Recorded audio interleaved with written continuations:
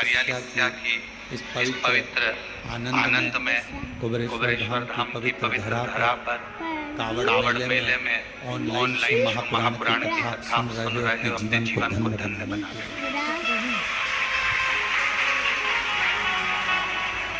थोड़ा प्रेम वश इसको उसको धारण धारण करिए। करिए। बाबा ने अगर ऐसा मौका दिया है आपको, आप में से कई लोग तो ऐसे होंगे जिनको ये नहीं मालूम होगा कि धाम पर कथा हो रही है या होने वाली है, क्योंकि तुम्हारे पहले से हो गए थे और और आप आए, कावड़ कावड़ चढ़ाई चढ़ाई और और बाबा की कथा मिल गई तो ये तो सोने पर सुहागा हो। ये तो शिव जी की बड़ी कृपा हो। बोल बम का नारा है, सारी समस्या का हल, श्री शिवाय।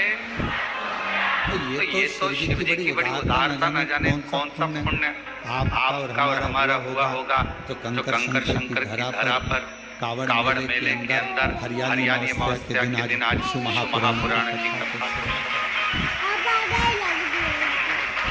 ये पुण्याई आपकी और हमारा, और उसमें भी अगर ये मौका मिला है 2-2.5 घंटे अगर भगवान का भजन करने के लिए, तो उसको अच्छे से धारण करें, श्रवण।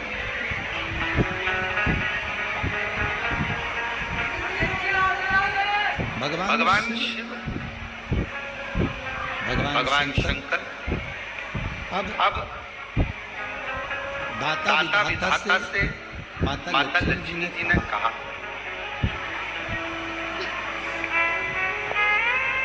माता लक्ष्मी,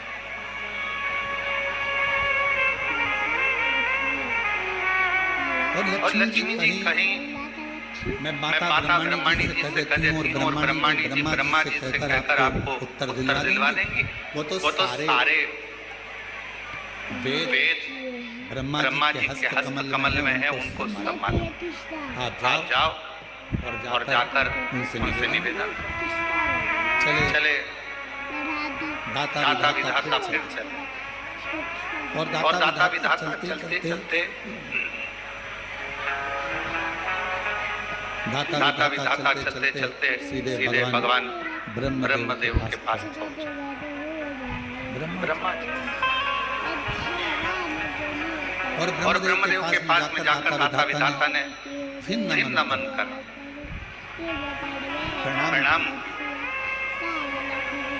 और प्रणाम करते ही ब्रह्मा जी से मुलाकात हुई। ब्रह्मा जी तो बैठे थे। दाता विधाता ने कहा, ब्रह्मा जी ने पूछा, आज दाता विधाता तुम दोनों का यहाँ आगमन हुआ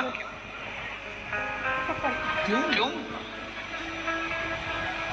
कोई व्यक्ति की कामना होती है, कोई व्यक्ति के भीतर प्रश्न होता है, कोई व्यक्ति के भीतर कोई बात होती है, कोई व्यक्ति के भीतर कोई श्रद्धा होती है, कोई विश्वास होता है, कोई मन की दृढ़ता होती है, तो देवताओं के पास जाना होता है।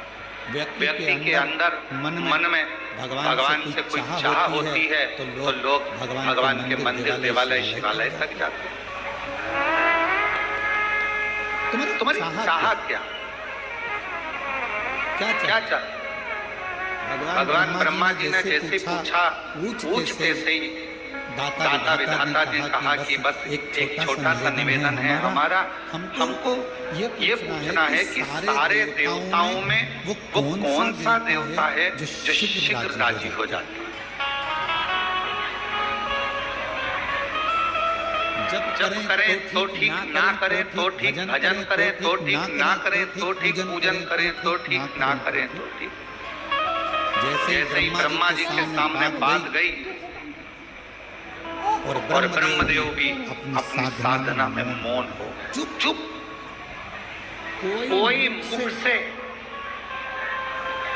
किसी मुख से ब्रह्मा कुछ बोले ही नहीं। एकदम कुछ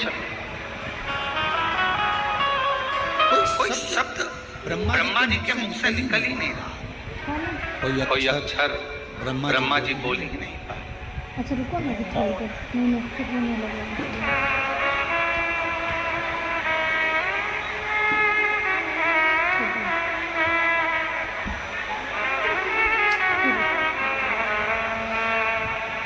ब्रह्माणी जी के हाथ जोड़े दाता विधाता ने की। हमारी बहन ने भेजा था, कहा था कि यहाँ से उत्तर मिल जाएगा, पर उत्तर यहाँ भी नहीं मिला। माता ब्रह्माणी जी ने हाथ जोड़कर कहा, ब्रह्मा जी को तो नींद आती नहीं, सोते नहीं। अगर सृष्टि का रचना करता ही अगर सो जाएगा, सृष्टि को बनाने वाला ही अगर सो जाएगा, तो ये का ब्रह्मा जी की मात्र पलक झपकी थी और पलक झपकने के बाद ब्रह्मा जी के हाथ से वेद खसक गए थे और वो वेद हयग्रीवा ने ले लिए थे। एक क्षण पलक झपकी वेद गिर गए। ब्रह्मा जी ने वो वेद हाथ से गए और हयग्रीवा ने ले लिए। तो ब्रह्मा जी के तो नेत्र भी बंद नहीं होते।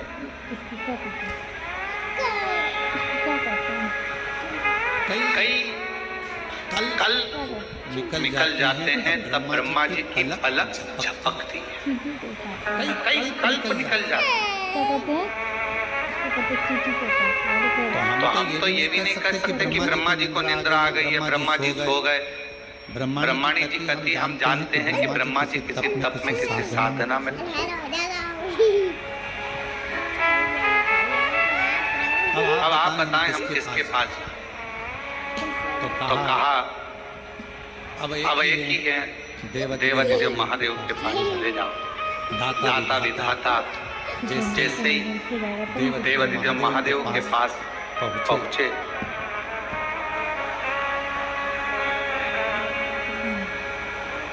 जैसे ही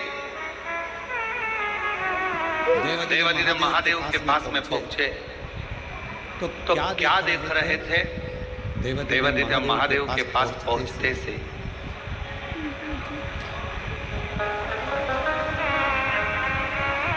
दाता विधाता की दोनों धर्म पत्नियां आयाती और नियाती शिव जी के धाम में दोनों नेत्र बंद कर बैठी।